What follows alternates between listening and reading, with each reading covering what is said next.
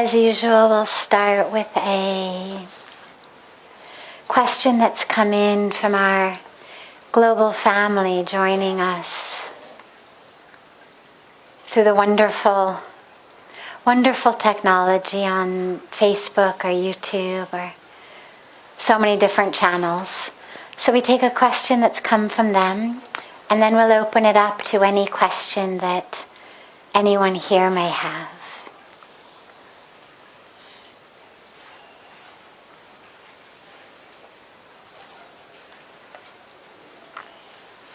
How do you deal with the guilt and regrets, the could have, would have, should haves, after the sudden loss of a loved one with whom you have had a complicated relationship?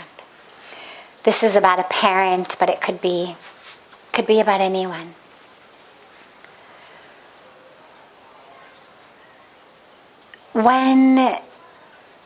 Whenever we lose a loved one,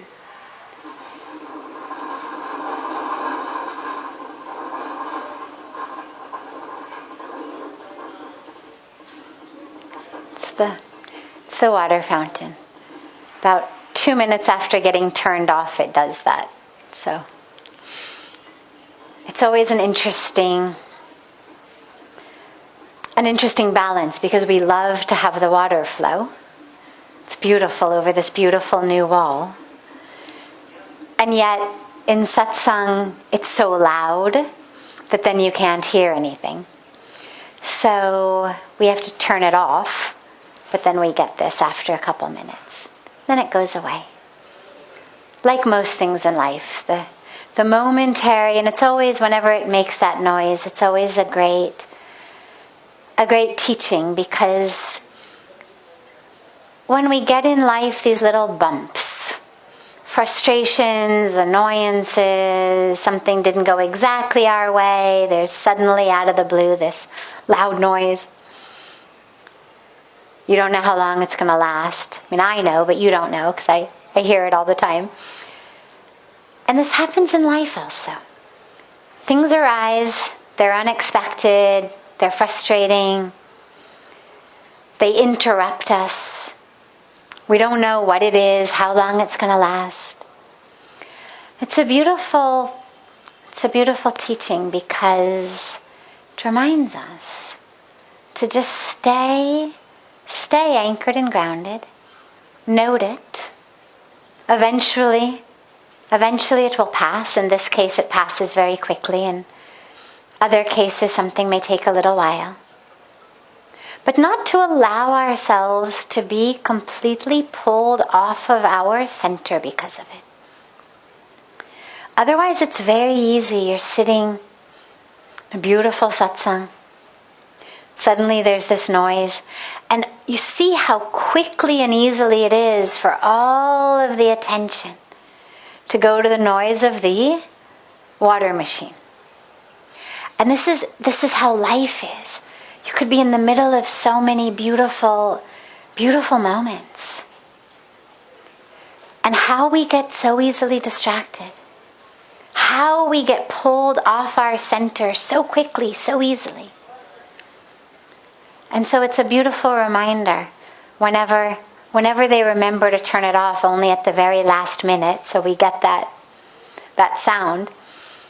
It's a beautiful reminder to all of us. Oh yeah, there's always distractions. There's always something unexpected. But our center, our grounding, our anchoring is here within us. And how not to be distracted.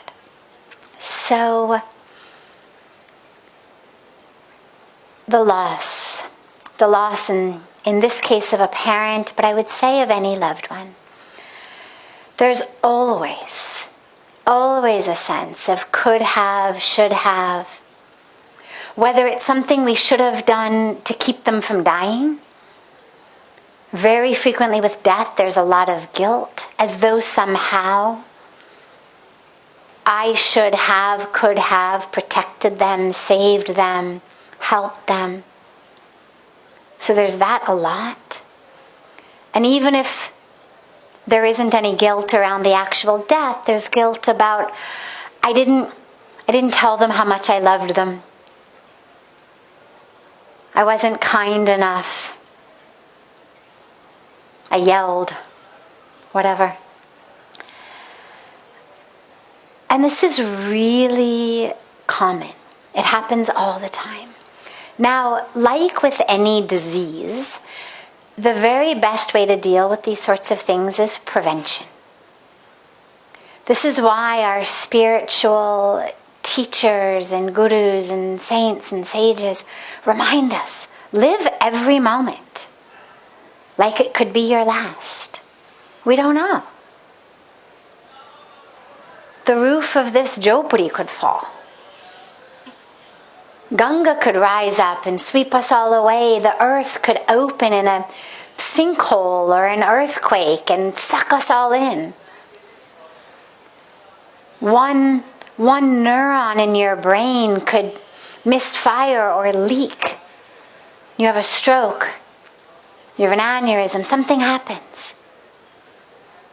Or some blood vessel in the heart goes awry, a heart attack. So many things can happen. There's no guarantee. So the first way is, number one, prevention. Live every moment, not decadently, not hedonistically, not like, oh yeah, there's no tomorrow, cello, eat, drink, and be merry. But live every moment knowing that if in this moment you were face to face with death, that yes, of course, there would be a sense of, oh, I would have liked to see another sunset.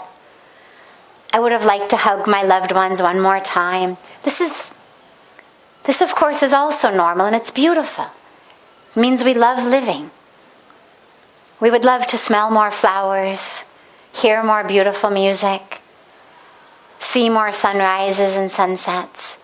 But nonetheless, we should be prepared in every moment that if we did find ourselves face to face with death, that there wouldn't be a regret of, I should have, in our life. How have we lived?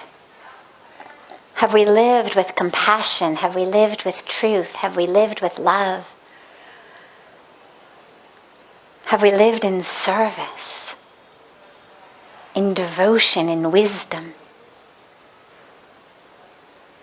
So this is the preventative aspect. So that whether it's your death you're suddenly face to face with or a loved one's, either way, you haven't done something that you regret or not done something that you should have.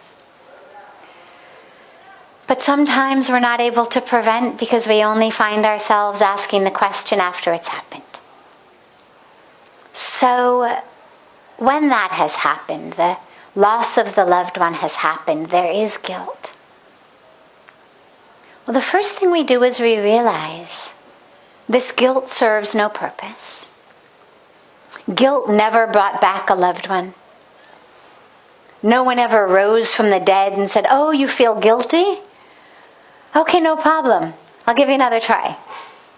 We can do this one again. Never happens. We cannot rewind history.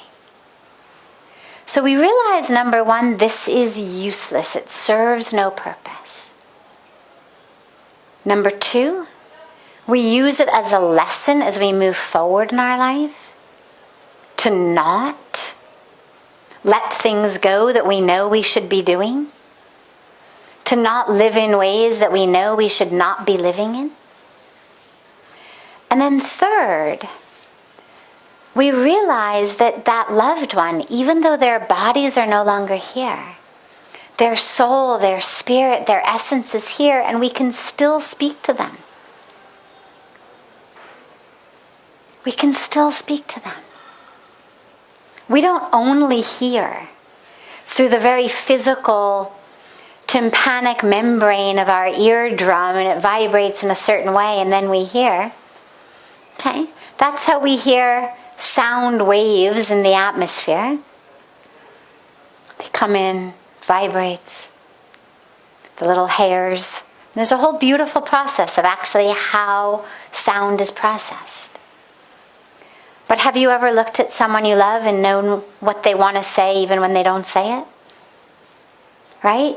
Do we really need words with our loved ones? We know it. Both ways, the good and the bad.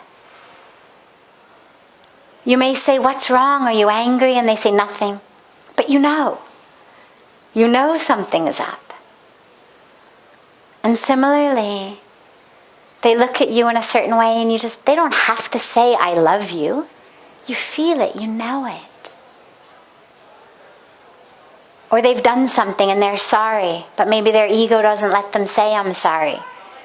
But you know it, you feel it, you know they're sorry. So we don't rely on our physical ear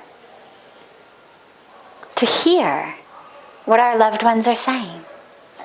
And in the same way, we don't have to use our physical mouth to communicate with our loved ones. Our eyes can tell everything. So tell them. Tell them how you feel. Be honest. Be open. Share with them. And know that they can hear you. You can speak with your mouth, speak out loud, or speak inside yourself, either way. They can hear you either way. But I find that it works better if we speak out loud. Not that they need it like that, they can hear it either way. But it helps us understand that we have spoken, that we have given them the message, whatever we want to say. So speak to them, speak out loud, and they will hear you. And you'll know they've heard you in your spirit, in your essence, in your soul. You'll know they've heard you. So it's never too late. It's better, ideally, do it while they're still alive. But if you haven't been able to, don't worry at all. They absolutely can still hear you. Speak it. Share it. Tell them.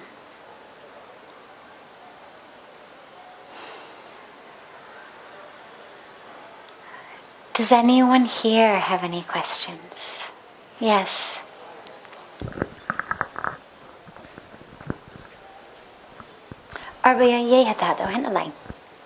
Ma'am, I have two questions. Okay, let's start with one. Interrelated, okay, both are great. interrelated. Sure. How to deal with the decisions which are for lifetime, but as before taking the decision, you thought they are right for you. But once you have taken the decision, you are feeling that you can't deal with the decision and you can't live with the decision. But they are for the lifetime and it's too difficult to change them for you. So how to deal with that? And the second one is if you're surrounded with some negative peoples and how to deal with them, because they are you are becoming like them, and your body and your language and everything, your nature is going with them only. So how to deal with this thing? Okay. So I'm going to take them actually as two separate questions. Because negative people is something we all deal with. And decisions that we've made that we regret is also frequently something we've all experienced. So, number one, decisions that you've made for your life that you now wish you hadn't. Well, the first thing is to really ask yourself, is this really for life? Do I really have no way out? There are things that we think are for life, that are supposed to be for life, but that the truth is we've got some freedom. Things like marriages. Now, I'm certainly not saying that when your spouse does something you don't like that you give up and say, "Forget it, I'm done." But there are situations. There are absolutely circumstances, moments in which we know this was not the right decision.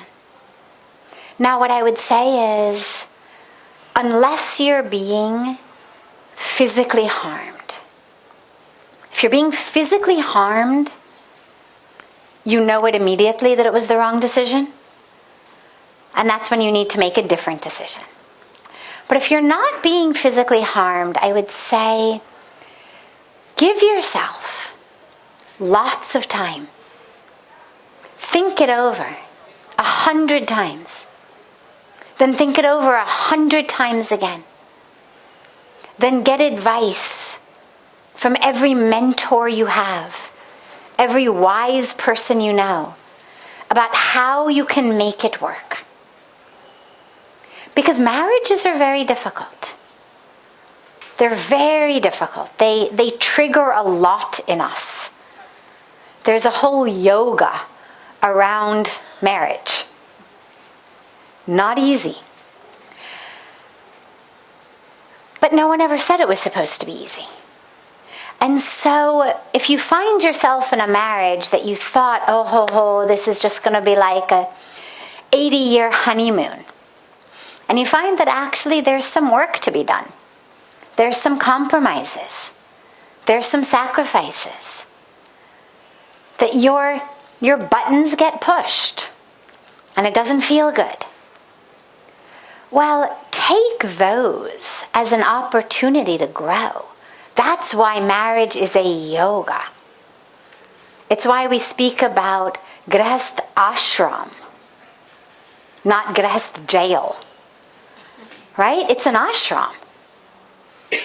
It's an ashram. It's a spiritual experience. And it is supposed to be used as a spiritual experience.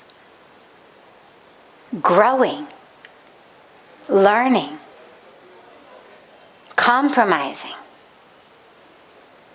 learning the greatest lesson that a marriage teaches us, I think, is the opportunity to choose peace and to choose love in any circumstance. Usually we're very conditional with our love and our peace. Someone is nice to us, we love them. They're not nice to us, we don't love them anymore. They're nice to us, we're peaceful. They're not nice to us, we are not peaceful. But in marriage, that usually tends to go up with a real regular basis. Up and down, up and down. And so it gives you the opportunity to realize my love and my peace do not have to be dependent on what this other person is doing. I can find love within me. Even if that person is acting in a silly way or acting in a way that I don't like, I can still choose love. I can choose peace. And that's the greatest lesson. Because even if you get divorced, there will still be things in life that happen that aren't what you want. There still will be people in your life who don't act the way you want them to. And if you have learned to choose love and peace, that will serve you in every relationship. But, again, sometimes there are circumstances, there are people, and it is just not meant to be. It just doesn't work. And you try and you try and you try again and you try again. And then you try for the children. And then you keep trying. And it just isn't meant to be. And it's making you miserable. Well, again, divorce should never be an easy choice. It should never be the first choice. And one of the things that I love so much about Indian culture, I come from America where there's like a 60% divorce rate or something, and so many people are on their third, fourth, fifth marriages and they're still miserable. And yet, that doesn't mean that every single marriage that ever took place on the soil of India was meant to be, and the right one. And that no one, for any reason, ever should have a good reason to separate. But that's something you're going to have to ask yourself. Don't do it just because it's easy. Don't do it just because living together is making you struggle and learn and accept in ways that you're not used to. That is the yoga of relationship. But if you find, as years go by, not weeks, not months, don't give up so quickly. But if you find that as years go by, and again, this is only if you're not being physically harmed. If you're being physically harmed, I wouldn't let a day go by. But if you're not, and you find that after some years have gone by, and even as you grow, even as you work, it's still not happening. I don't think there's anything wrong in recognizing this was a mistake. Because then what it gives you is the rest of your life with an opportunity to create something new. But again, this is where it gets really tricky, because the same ego that gets triggered by the first one, the same ego that doesn't like to compromise, that doesn't like to sacrifice, you carry that into your next relationship. And if you haven't learned to work with that, then you're just going to be miserable in your second one as well. Because there is always compromise, there's always sacrifice, it's always a yoga, a dance. So you're going to have to decide.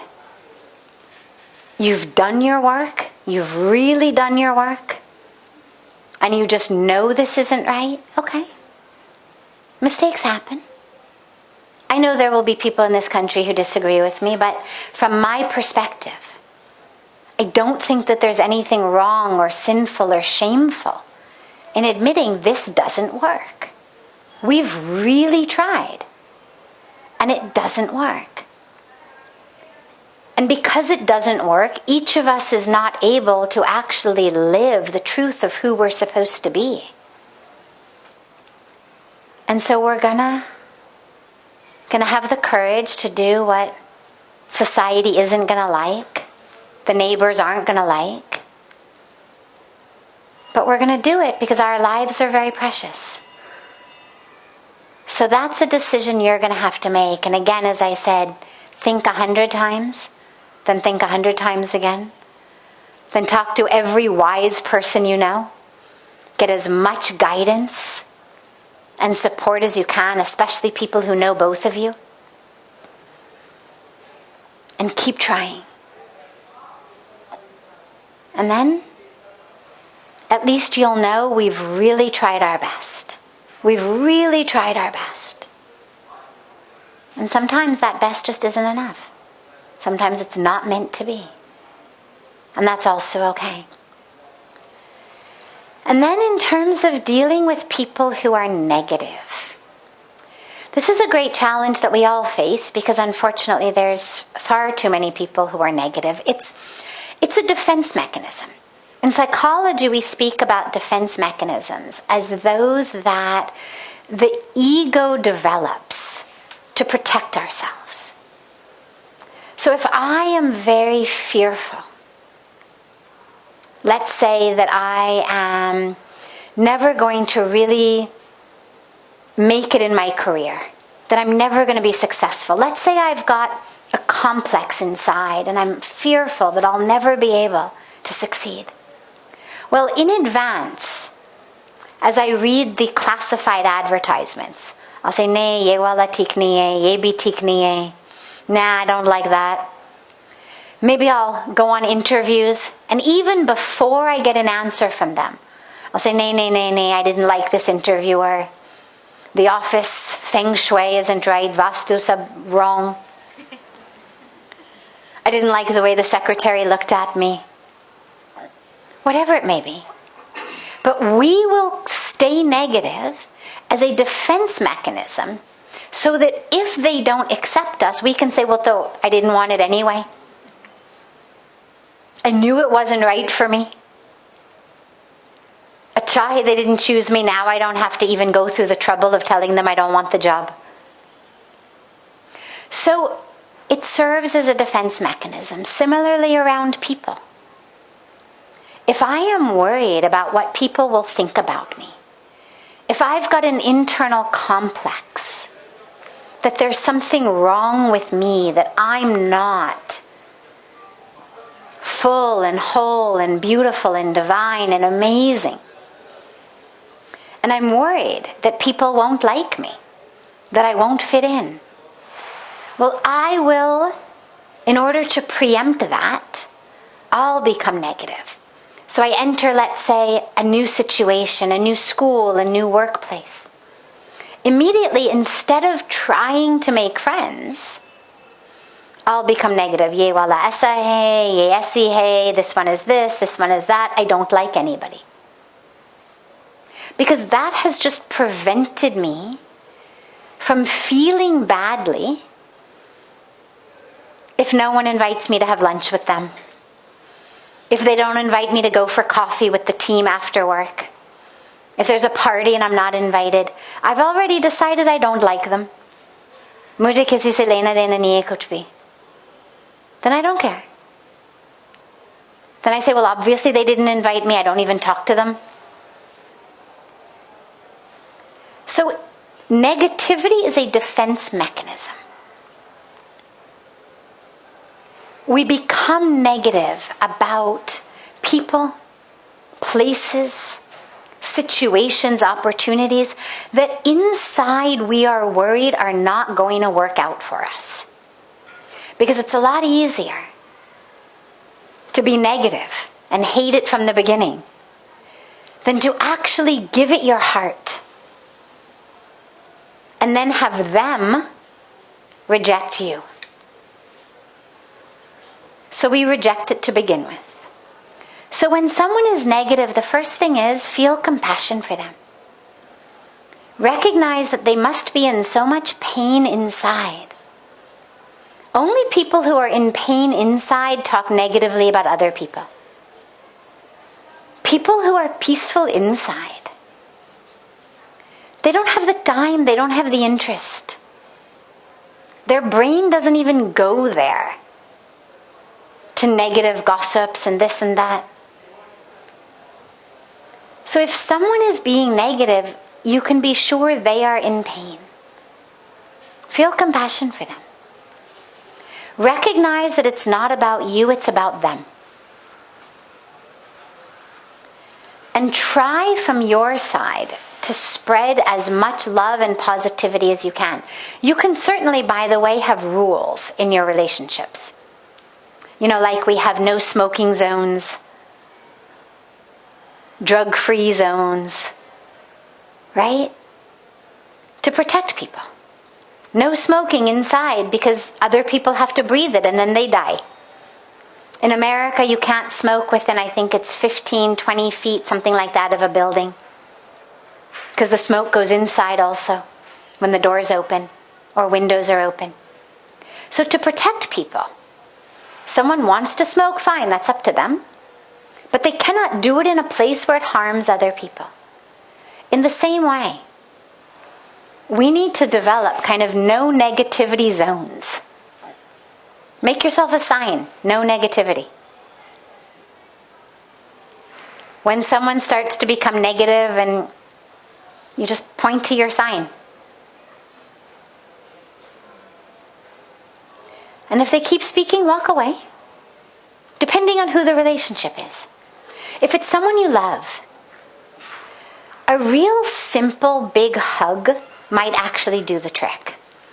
Because if someone has become negative because they are fearful, and you can just give them a really big hug, like, I'm here with you. Nothing to be afraid of. It's all going to be fine. That might actually work, depending on who they are and who the relationship is. But if that doesn't work, there is no reason that you need to get your energetic field sneezed on, coughed on. It's like if someone is sick, right? You expect them social distanced, right? To protect us. They should wear their mask so they don't get us sick. We have a right to protect ourselves. If someone around us is coughing, sneezing, we have a right to say, "Jera apne mask pehno." Whether it's COVID, whether it's just the flu, whatever it may be, you don't want it. And in the same way, you have the right to protect your heart and your energetic field, just like to protect your immune system. Okay? Beautiful. Does anyone else have a question? Yes. Sadhviji, thank you for that. There are so many people who who drain you on a day-to-day. Negative people, others who are emotionally very needy, people around you who may have needs, physical, emotional, others. On a day-to-day basis, how do you decide that, how do you decide this bridge between empathy or apathy? You could not look at them and still feel pretty peaceful in an apathy way. Or you can feel empathy. Is there a guide? Beautiful, beautiful. Empathy or apathy. I love that. So,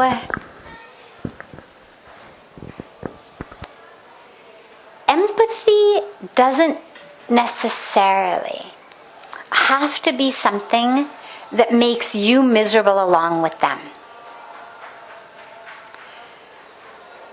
Empathy is something that serves the other person because they know you are with them. And it serves you because it gives you an opportunity to be one with them. But let's say that they are negative. Let's take that example. Somebody's being very negative. Well, your empathy with them doesn't necessarily have to be empathic with the nonsense and negative gossip they're spewing. Be empathic on the deeper level of their fear. So if, let's say you work someplace, new person comes on the job, or maybe not new, either way, and they start being very negative about the workplace, about everybody. Empathy doesn't mean that you say, yeah, you're right. Yeah, I feel you. Wo theek nahi tha, ye theek nahi hai. Be empathic with the pain in them that is causing them to be so negative. Can you be empathic with the fear they have that something isn't right about them, that maybe they're going to lose the job, or that they're not being appreciated, or whatever their own internal issue is? The negativity is just the defense mechanism. So be empathic with really where they are suffering. And if you don't know, then just be empathic with a fellow suffering human being. Because you may not be suffering in the same way they are, but surely you know suffering. And so we can all be empathic with someone's suffering, even if we don't know that particular type, even if we haven't experienced that particular type of suffering. So be empathic with that. We should never be apathetic. I cannot think of a situation where apathy is a virtue. But there are moments where we become simply a witness, where we don't need to be emotionally engaged, but we are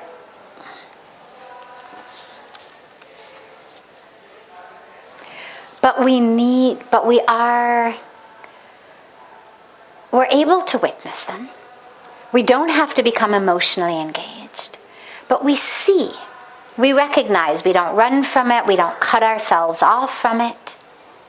Because apathy is cutting ourselves off. Apathy is I don't feel. Witness is I am aware. I am aware. This is happening. I see it. But I don't have to engage with it emotionally.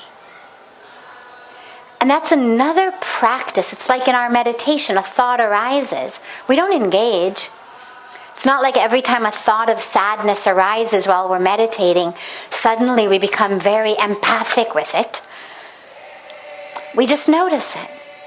And then we go back to our breath. In the same way in our relationships sometimes, we just notice it. Okay. This is happening. That person's temper tantrum is happening. I don't need to engage, but I also don't need to cut myself off. I just need to bring my awareness back to my grounding, my anchoring. And then it becomes a beautiful, engaged spiritual practice. Wonderful. Have a beautiful rest of your evening. There will not be satsang tomorrow. We have our Honorable President of India joining us tomorrow, and so we will be celebrating his presence. But we will have satsang again on day after tomorrow, on Monday. Have a beautiful evening, a beautiful morning and day to our family joining us from all over the world. And so much love to you all.